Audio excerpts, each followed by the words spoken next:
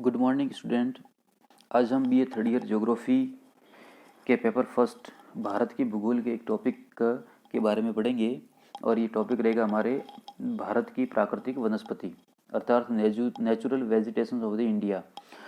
पूर्व के वीडियो में हमने भारत के भूगोल के अंतर्गत भारत के भौतिक प्रदेशों का विस्तार से अध्ययन किया था और उसके पश्चात भारत की जलवायु के बारे में पढ़ा था, जिसमें मानसूनी जलवायु का विस्तार से अध्ययन किया था। आपको पता होगा कि विभिन्न प्रकार के प्राकृतिक प्रदेशों में उगने वाली वनस्पति का निर्धारण वहाँ की स्थानीय जलवायु के द्वारा होता है। और उसके साथ ही मैंने पिछले जलवायु वाले टॉपिक में बताया था, जिसके अंतर्गत हमने कोपेन के जलवायु प्रदेश पढ़े थे, अर्थात कोपेन के द्वारा निर्धारित भारत के जलवायु प्रदेश कौन कौन से हैं। तो कोपेन महोदय ने एक उक्ति कही थी कि जलवायु किसको निर्धारित करती है? प्राकृतिक वनस्पति को, अर्थात प्राकृतिक वनस्पति जलवायु की सूचकांक होती है। अर्थात हमें किसी क्षेत्र की यदि जलवायु का पता करना है तो वहाँ की प्राकृतिक वनस्पति के रूप और आकार को देखकर वहाँ की जलवायु की दशाओं का पता लगा सकते हैं। जिस क्षेत्र में स्थानीय स्तर पर जिस प्रकार की जलवायु होगी उसी प्रकार की वनस्पति वहाँ पनपेगी। चूँकि भारत की जलवायु खास करके मानसूनी प्रकार की है, तो यहाँ पर मानसूनी प्रकार की वनस्पति की बहुलता मिलेगी। तो इस टॉपिक में हम विस्तार से भारत की प्राकृतिक वनस्पति का अध्ययन करेंगे। देखिए, प्राकृतिक वनस्पति से अभिप्राय भौतिक दशाओं अथवा परिस्थितियों में स्वतः उगने वाली वनस्पति से हैं, जिसमें पेड़ पौधे, झाड़ियाँ, घास आदि सम्मिलित होते हैं।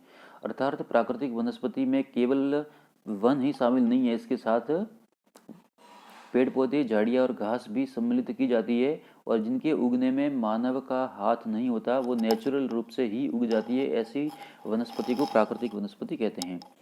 भारत की वनस्पति का आकलन करने से पूर्व वनस्पति जात तथा वनस्पति वन में विभेद करना आवश्यक है। वनस्पति जात यानी फ्लोरा क्या होता है?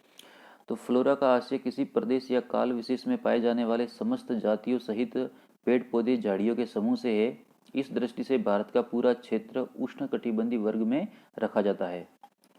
वनस्पति का अभिप्राय पेड़ पौधे, घास या झाड़ियों के जाति समूह से है। और वन का अर्थ संकुचित ही है, जिसमें वृक्षों की प्रधानता होती है, किंतु इस शब्द का प्रयोग बहुत व्यापक है। साधारणतया वन शब्द का अर्थ एक ऐसे व्यापक क्षेत्र के लिए किया जाता है जहाँ पेड़ पौधों का सघन आवरण पाया जाता है। प्राकृतिक वनस्पति के सभी प्रमुख रूपों, जिसमें वृक्ष, झाड़ियाँ, पौधे और घास सम्मिलित हैं, में वृक्षों का मानव मात्र के लिए बहुत उपयोग है। इसलिए वनों को राष्ट्रीय संपदा कहा गया है, यानी संसाधन है वन। भारतीय संस्कृति में वनों का बहुत महत्व रहा है। हमारे प्राचीन धर्म ग्रंथों में वनों का महत्व वर्णित है। वन ऋषि मुनियों की तपोभूमि रहे हैं। दंडकारण्य, अशोक वन, नंदन वन, वृंदावन आदि में भारतीय इतिहास की अनेक महत्वपूर्ण घटनाएं घटित हुई है। हमारे धर्म ग्रंथों में वनों को देवता तुल्य मानकर पूजने की परंपरा रही है, किंतु यह खेदपूर्ण ही है कि आधुनिक समय में मनुष्य ने वनों का निर्दयता से शोषण व विनाश किया है। अर्थात मनुष्य ने वर्तमान में अपनी भौतिकवादी संस्कृति और बढ़ती लालच को पूरा करने के लिए ये संसाधन रूपी वनों का बेहताशा पूर्वक दुरुपयोग किया है और इनका विनाश लगातार होता रहा है। अब भारत में वनों के वितरण की बात करें तो चूंकि भारत के समस्त भूभाग में एक प्रकार की जलवायु दशाएं नहीं पाई जाती, तापमान, वर्षा और आर्द्रता संबंधी दशाएं भिन्न भिन्न होती है, जिसके कारण अलग अलग प्रकार के भौतिक प्रदेशों में अलग अलग प्रकार की वनस्पति पाई जाती है। अर्थात भारत के विभिन्न राज्यों में अलग अलग प्रकार की वनस्पति और उसका घनत्व मिलेगा। वनों के वितरण संबंधी आंकड़े सर्वप्रथम 1901 में लिखे गए। तब 2,40,000 वर्ग किलोमीटर क्षेत्र पर वनों का विस्तार था, जो अविभाजित भारत का कुल क्षेत्रफल का 22% क्षेत्र था।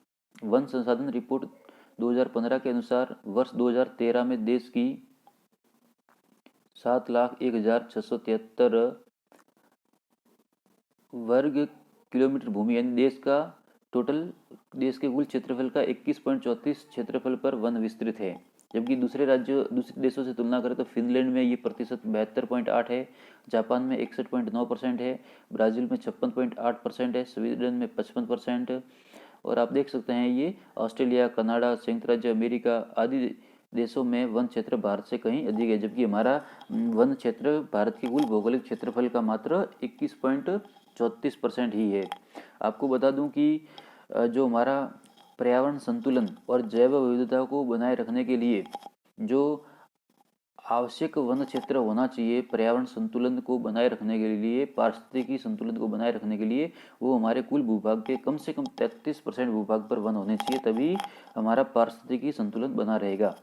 जबकि भारत में ये 33 से भी बहुत कम 21.34% ही है। अतः हमें अधिकाधिक वृक्षारोपण और वनों को संरक्षण की ओर ध्यान देना होगा।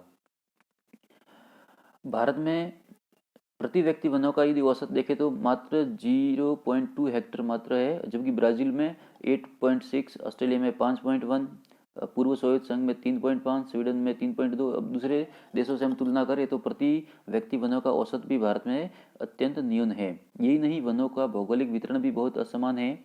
उत्तरी भारत के पर्वतीय क्षेत्रों तथा दक्षिणी भारत के पठारी भागों में वन क्षेत्र अधिक है।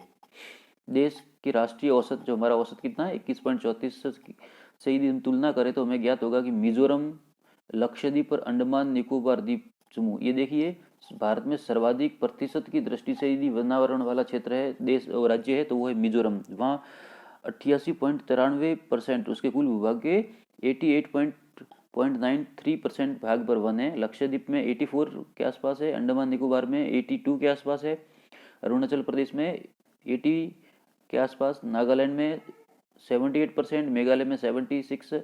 अब इन राज्यों से हम देखते हैं तो हमें पता चलता है कि दक्षिण भारत के राज्य और उत्तरी पूर्वी भारत के राज्यों और उत्तरी राज्यों में वनावरण का परसेंट, जो हमारा औसत प्रतिशत 21.34 से कहीं अधिक है, जिसमें ये गोवा, केरल, सिक्किम, उत्तराखंड आदि राज्यों में वनावरण क्षेत्र कहीं अधिक है।